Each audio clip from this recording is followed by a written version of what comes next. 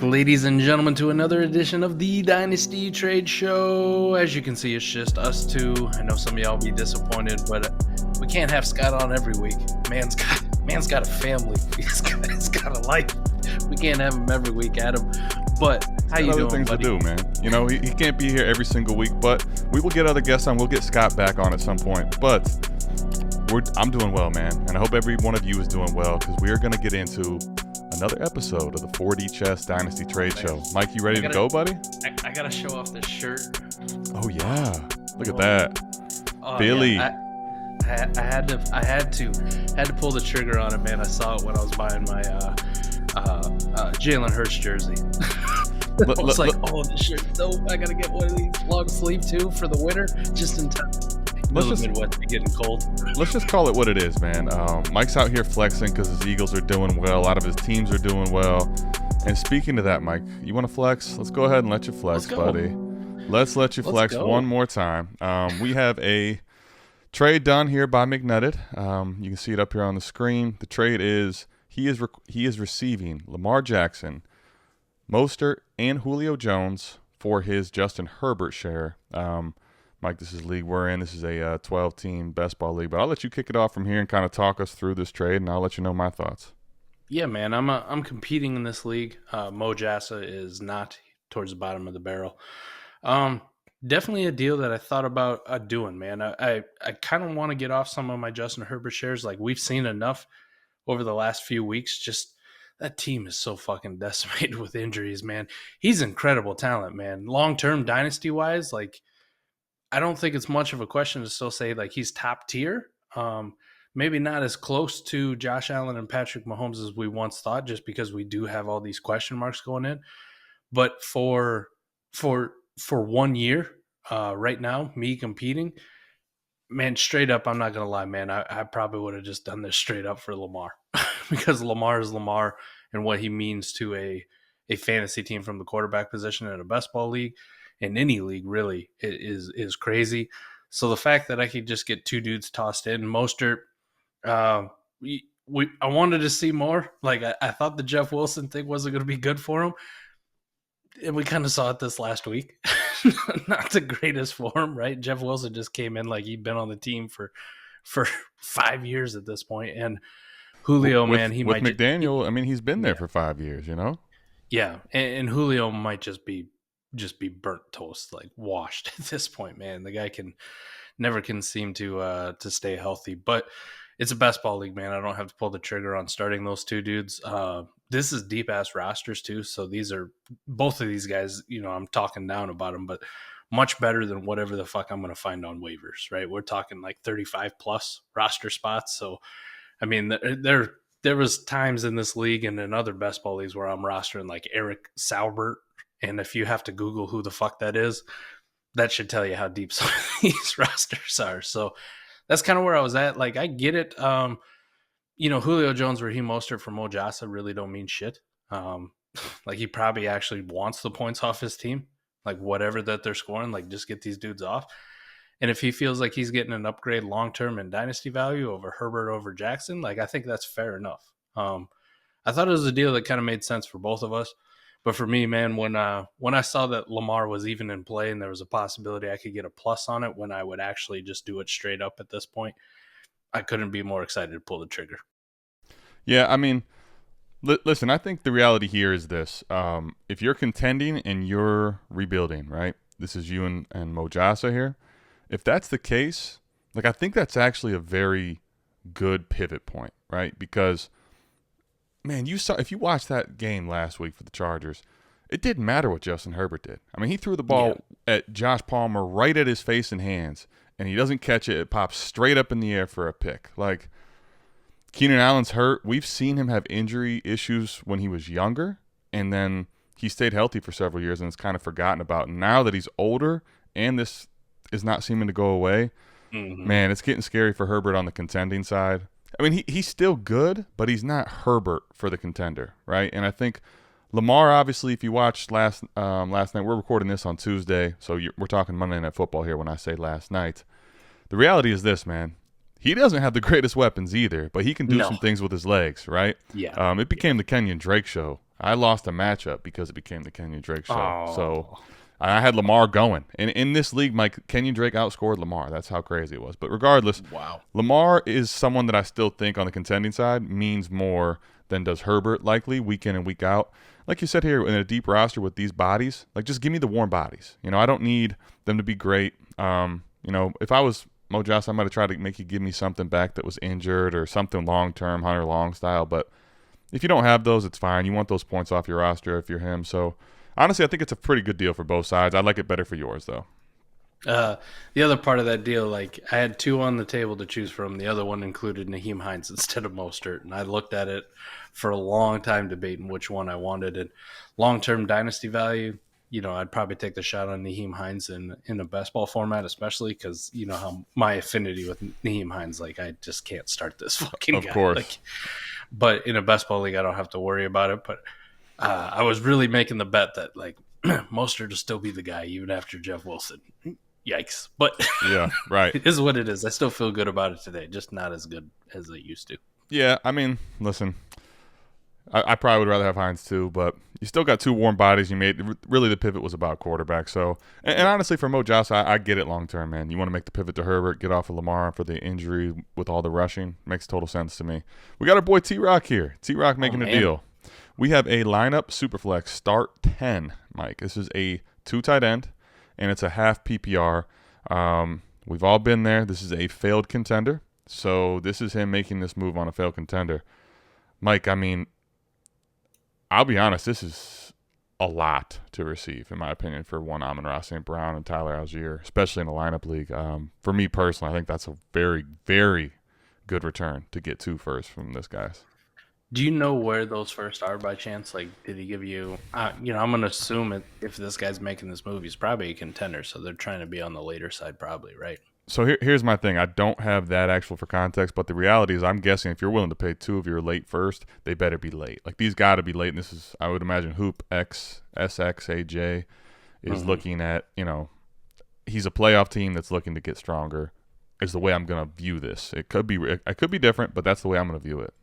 Okay. When I look at it, man, this point, we're kind of just out on paying multiple firsts for just about anybody. You know what I mean? Like, you have to be an extremely special player in order to dump 2 first assets into them, even if they're on the later side. Yeah. Amon-Ra is good. He is good. I like Amon-Ra. Mm-hmm. Yeah, he's still disrespected. Can we agree he's worth a favorable amount more than just a random late first? I don't have any disagreement with that part. Even Keep Trade Cut Mike has him now as the wide receiver 11, and he's ahead of DK Metcalf. So like I think the slander, it depends on who you're talking to, really. A lot of people are very high on Amon-Ra. So he was higher too on Keep Trade Cut. Like, some people had him as like a top 6, top 7 dynasty asset. Now you had the ankle injury and then the missing of a couple games, and then now he's coming back, and I think he looks fine. The offense just kind of sputters. I mean, we as DeAndre Swift fans know this. Sometimes that offense is so hit or miss. I don't know what the fuck they're doing with it, but he's still good. He's still really good. I think we finally put to bed the draft capital, like 4th round pick narrative thing. Like, the guy is just good at fucking football. Kind of like the Terry McLaurin thing from a few years ago, right? Where it's like, do I really buy in? And then eventually you're just, yeah, this dude's just good. Like, he's here to stay. So I think we're at that point with Amon-Ra. I think he's definitely worth more than a late first. But when you look at the other side of it, man, like, however you want to chop it up, like if you want to say the 23 first for Amon-Ra, give me the Amon-Ra side. But when I look at 24 first for Algier and a 24 third, as much as I love that class coming in, I'm looking at that going like, holy fuck, give me the 24 first by a country mile, a landslide. And I think it more than makes up for whatever lost value you did for the 23 late first for Amon-Ra. You know what I mean? Like, I really want Amon-Ra on my team, but you're going to give me 2 firsts for Amon-Ra. That's an overpay. So I got to give you something else back. I'm giving you Tyler Algier in a third. I'm happy doing that. Yeah, I mean, listen, I think this is the thing, the way I look at this, right? TJ Hawkinson going away in a trade, I think, is actually good long-term for Amon-Ra's value. There's things to like about Amon-Ra. I do think, though, with the offense sputtering, I don't know. He has not seemed to look the same since that ankle injury. He started off right where he left off last year, early in the year. I mean, he was on fire early, and then the ankle injury happened. We haven't really seen that same Amon-Ra since. So here's my thing, right? On a contender, if I'm paying 2 firsts for a receiver and basically a dart throw to possibly buy a running back and a dart throw running back and Tyler Algier, now that Cordarrelle's back, I better be getting a contending smash piece. And I think my problem is I don't think Amon-Ra necessarily provides that right now. I'm worried that he does for the rest of the season. Is it possible? Sure. I'm not saying it can't. But, like, he is not a certain receiver that's going to smash for you on a contender. And then when I look at how these are going to move in the offseason, Mike, that 23 first, even when it's late, is going to have all this damn allure on it. All offseason, right? And that 24 pick is so value insulated. I think I would have needed more than Tyler Algier in the 24 third. I get it, man, on a lineup. If you go get a receiver like, let's say Amon-Ra performs like a top 15 receiver the rest of the year, that really matters in start 10. And Algier is probably one of those RB2, RB3 guys that if Cordell goes down again, right, you can put in your lineup. And the third is liquidity you can buy something with later. 2 firsts, though, too much for me, man, personally. So that's where I'm at. Way to go, T-Rock. I like your side, buddy. Finally. Oh, we got a good one here. Especially a guy who, welcome back to the fucking league. Welcome back to the conversation, Mr. Cole Kmet. I thought you were dead, bro. I thought you were dead. I wrote him off, man. Cole Kmet in the third for Zach Ertz. Man, when I look at this, if I'm any type of a contender, I like that Cole Kmet showed up again. But we're in week 9, bro. It's a little late. But let's call it what it is, right? Like Cole Kmet didn't have this wildly efficient volume day. He had 2 touchdowns, right? Right. So let's call it what it is. And let me get to the settings here, Mike. It's 12-team Superflex. It's PPR, no tight end premium, and it's start 10. So, I mean. Yeah. I'm more than willing to pay this for Zach Ertz. I am absolute. Dude, I'll say it like this, Mike. If I am Pasta, I am elated to get off of Cole Kmet's pop game and add a third in next year's class. Not 23, 24 for Zach Ertz on a contender. I'm all about that, man. I think that's a very good pivot to you. And here's the thing, right? I don't know that could Cole Kmet be a very good tight end later on down the road. Yes, but I don't think he has the athletic attributes to really sneak into that elite group. I'm more than confident to risk this to go get Zach Ertz on the contending side personally. I think that's very fair. Even in a non-tight end premium, like you can do a lot worse at your tight end spot than Zach Ertz, and he's at least one of those guys that I feel comfortable about pushing the button on in a lineup league every single week. Yep. If I don't have a Kittle, I don't have a please come back Darren Waller, please come back Darren, but I don't have a Kyle Pitts. What we thought Kyle Pitts was going to be at this point for a contender, man, it's getting pretty tough to start Kyle Pitts, but I don't have a Travis Kelce and Mark Andrews, like one of those type. Like that next tier, man, you're looking at the next group of guys. I guess we can probably put TJ Hawkinson back in there, but it's like Hawkinson, Goddard, and then it gets pretty bare, man. Like Zach Ertz is that next dude who is like, all right, he's going to get 5, 6, 7 targets. He's going to get 50 yards, maybe 4 or 5 catches, and maybe scores a touchdown. With the way tight end is, like I'm more than comfortable starting Zach Ertz every single week. Yeah, I mean, I think it's one of those two where in start 10, if you're rostered correctly and the tight end's the one spot that you don't have, like it's either going to cost you an arm and a leg to go get the guys that are difference makers, right? Or if you're rolling out Cole Kmet, like that is hurting the rest of your 9 players. I think what Zach Ertz does is it levels the playing field to where you're not drastically losing as much week in and week out, which allows the rest of your 9 on start 10 to really, matter more. Versus with Cole Kmet or whoever else you've had at tight end, if you don't have a good one, if you roll out a complete 0 there, like that really does hurt the rest of your team in start 10. So, for real, man, if you just look at the game logs, if you had to guess, how many times has Cole Kmet been a top 12 tight end on the week? That last week. I know because I roster him too much. I know, and it's in best ball. He has no chance of making my roster every week until last week. His next best finish was the week before, so I guess maybe we have a 2-week trend. Tight end 15 or something? Tight end 13, right? Just outside of the top 12. Yep. And then before that, man, you're looking at 8.5 points, tight end 16. Like, Yeah. that ain't doing shit for you, man. Yep. You're losing that spot across your entire league. Yeah. I mean, I guess the one piece on the Cole Kmet side is he's looked better the last 2 weeks. Fields looking better, right? So if you're, I will say this, if you're KS Davis, I would have thought you could maybe get a touch more. But I also understand if you're rebuilding, like, I'll take the Cole Kmet shot. I'll take, I guess, the third. Because if you're rebuilding, Zach Ertz is someone you want to move. I just would have hoped you could have moved it for more, if I'm being honest, you know. Like, Zach Ertz has only had so far 1 week where he hasn't been a top 12 tight end on the week for fantasy points, right? This Exactly. is what we're talking about. Far more consistent. You got one guy who can only make it one time, and you got another guy who only misses one time. Like, give me the consistency on a contender. Pretty easy. I think this is yeah, man. Get the sauce. We got pasta sauce right going, man. This is easy. Boom.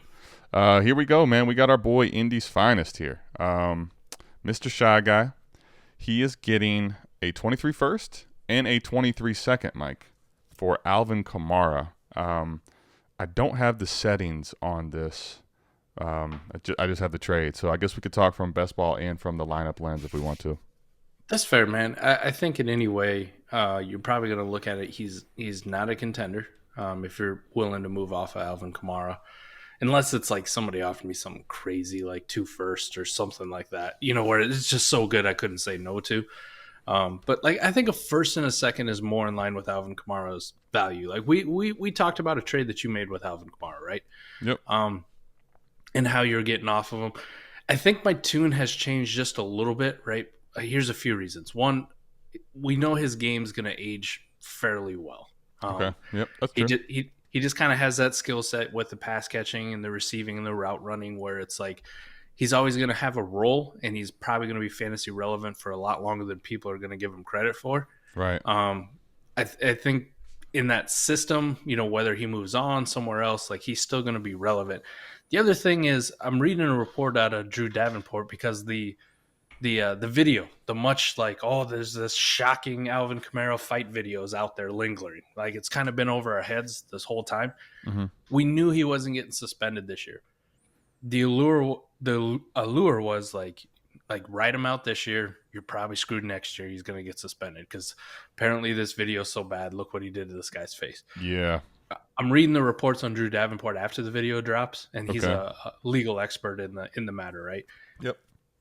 From the way he makes it sound, this was like best case scenario for Alvin Kamara. This was, he has a bunch of Really?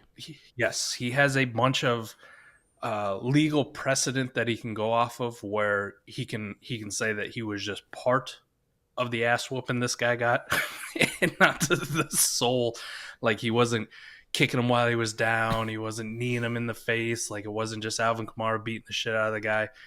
It's hard to tell exactly who's throwing the punches. Like he does throw a punch when the guy's on the ground, but he can't take sole responsibility for all the damage that happened to the guy, right? So from Drew's perspective, it was one of the better case scenarios for Alvin Kamara. So that is kind of sticking fresh in my mind where it's like, maybe we're overblowing it as a community a little bit, thinking like this dude's just going to be suspended all of next year as this process plays out. Yeah. Will he get suspended? Probably, because it was a black eye on the league. But we may only be looking at, 3-4 games tops at this point. Yep. And for a guy like Alvin Kamara, who you can just plug in as your hero RB, as your RB2 if you still have an RB heavy build. Yeah.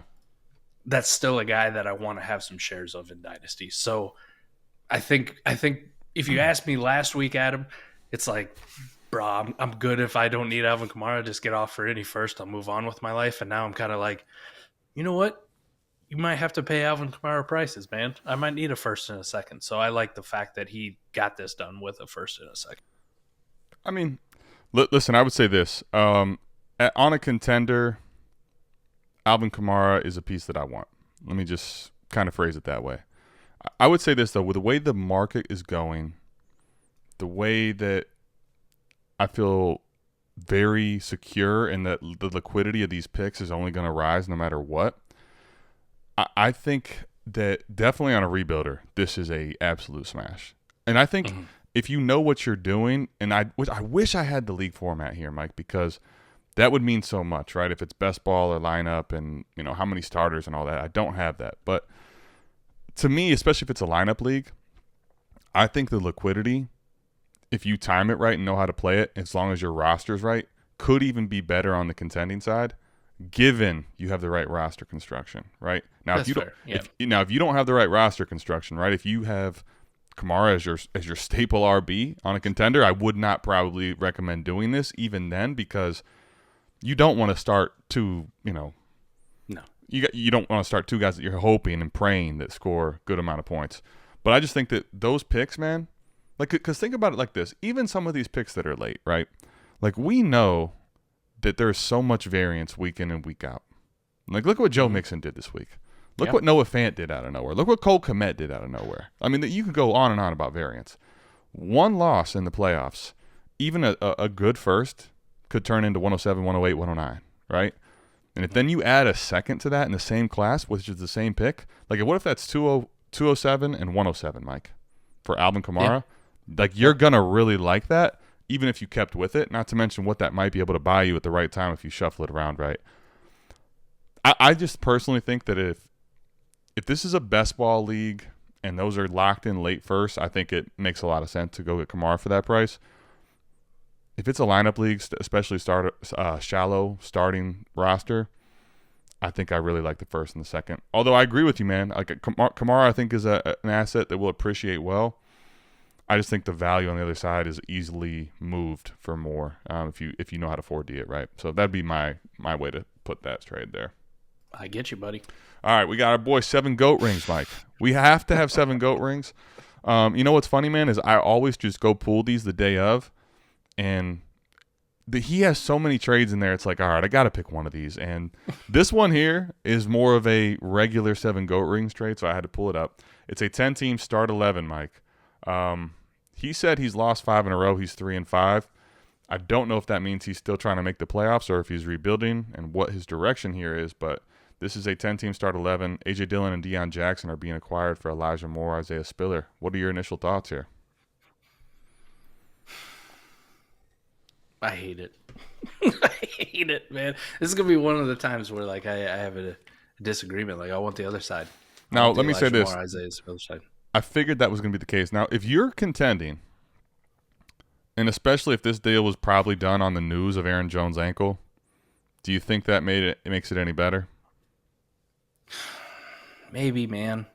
It's the AJ Dillon thing, man. You and I have had multiple discussions about it, and I didn't want to start him on the trade show, and I was getting fed for it. I mean, Jay Rich made a good point. Like, Drake London sucked, and Drake London actually didn't score as much as Dillon, but Dillon didn't do shit in a game he should have.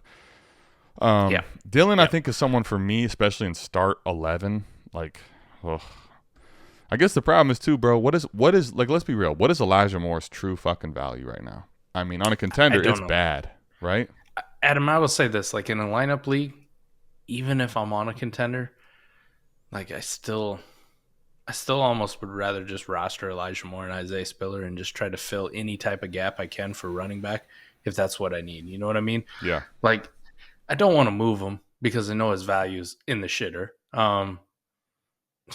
In a best ball league, though, I will say this: if I was on a contender, if this is the best I could get for Elijah Moore, the only person who would, like, buy into it in a best ball league, as much as shit as I will talk about AJ Dillon, man, just give me the AJ Dillon, Deion Jackson side, because they have jobs and they're actually playing. Like, I know Elijah Moore has a job and he's playing, but he's not doing anything. He's not even getting passes thrown towards him. But I still love the talent of Elijah Moore.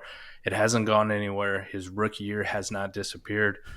This feels a lot like the Brandon Ayuk situation that we went through last year, and it feels good that we stuck with him and it came out the other side. This is just a little bit more scary because now we're even farther into the season, and it just seems like it's getting worse. It's getting a lot worse. So Elijah Moore is going to bleed value, and it's going to get worse all year because they're not targeting him. Like, I don't know what is going on, but his value is going to bleed bad. I'm not an AJ Dillon guy. Like, I don't like this because you can't get, I don't think, starting weeks that are really that great out of Dillon. But at the same time, man, if Jones' injury is worse than we think or whatever, like, I get it. You get spot starts out of both of them. I'm just worried about the Green Bay offense as a whole right now. So I Yeah, would say a very meh move. But honestly, like I don't know that I love it for either side. I guess Saquon's side, you're at least getting. You're hoping you're buying Elijah more cheap, and there's a resurgence at some point. But I just don't know when that's going to come.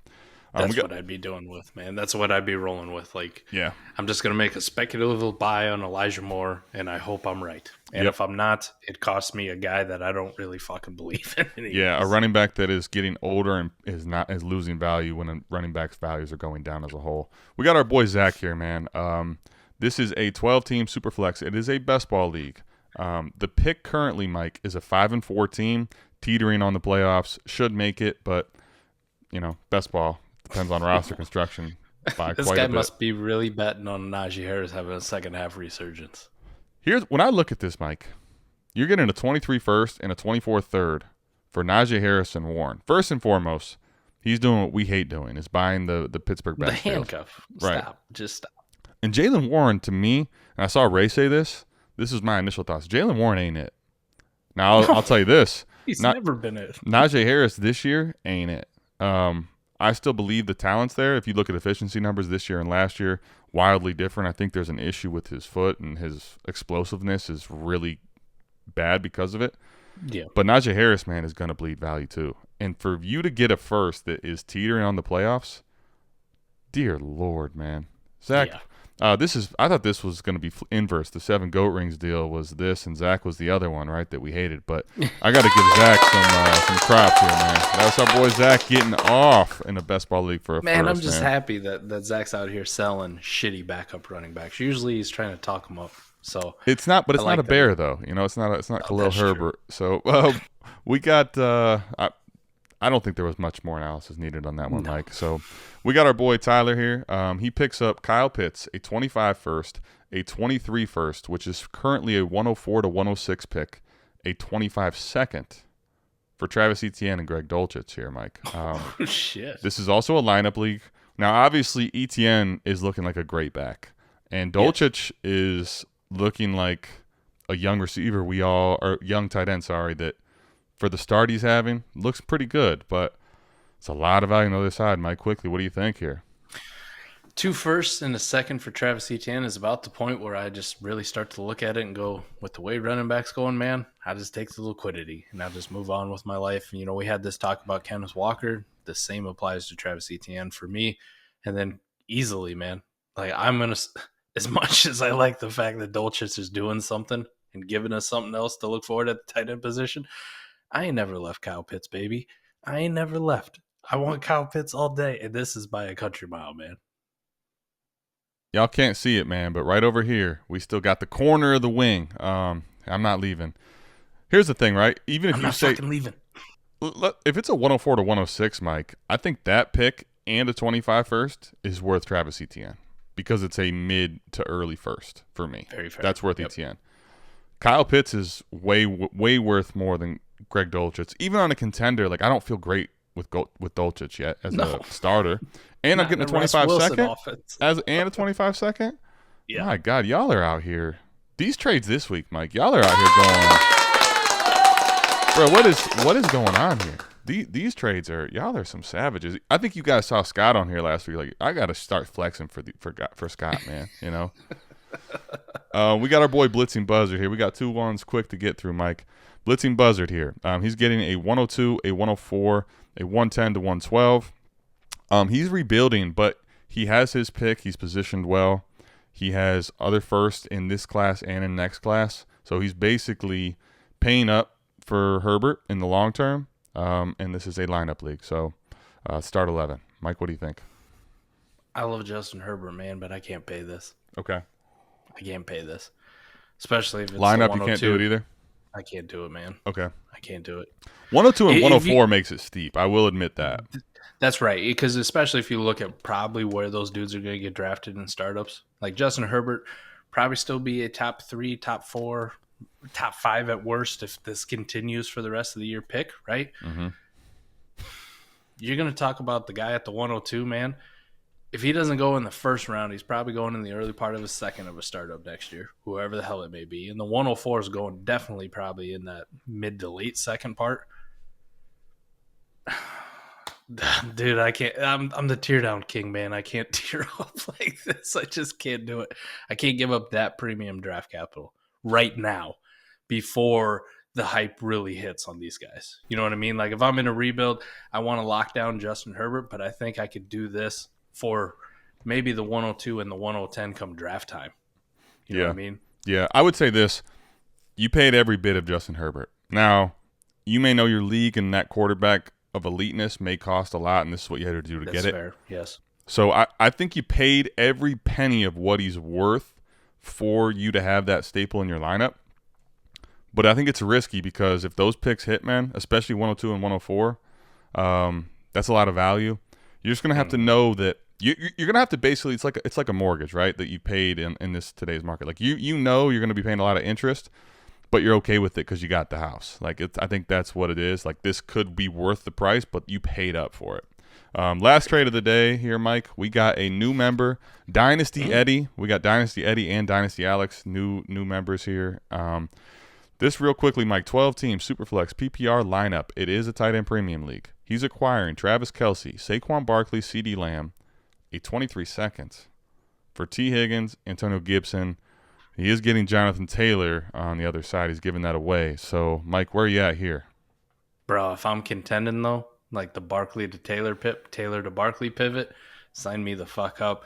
Kelce, definitely a big warp advantage. That is the first warp message of the show over T. Higgins. I love T. Higgins, but Kelce, elite. Barkley, elite.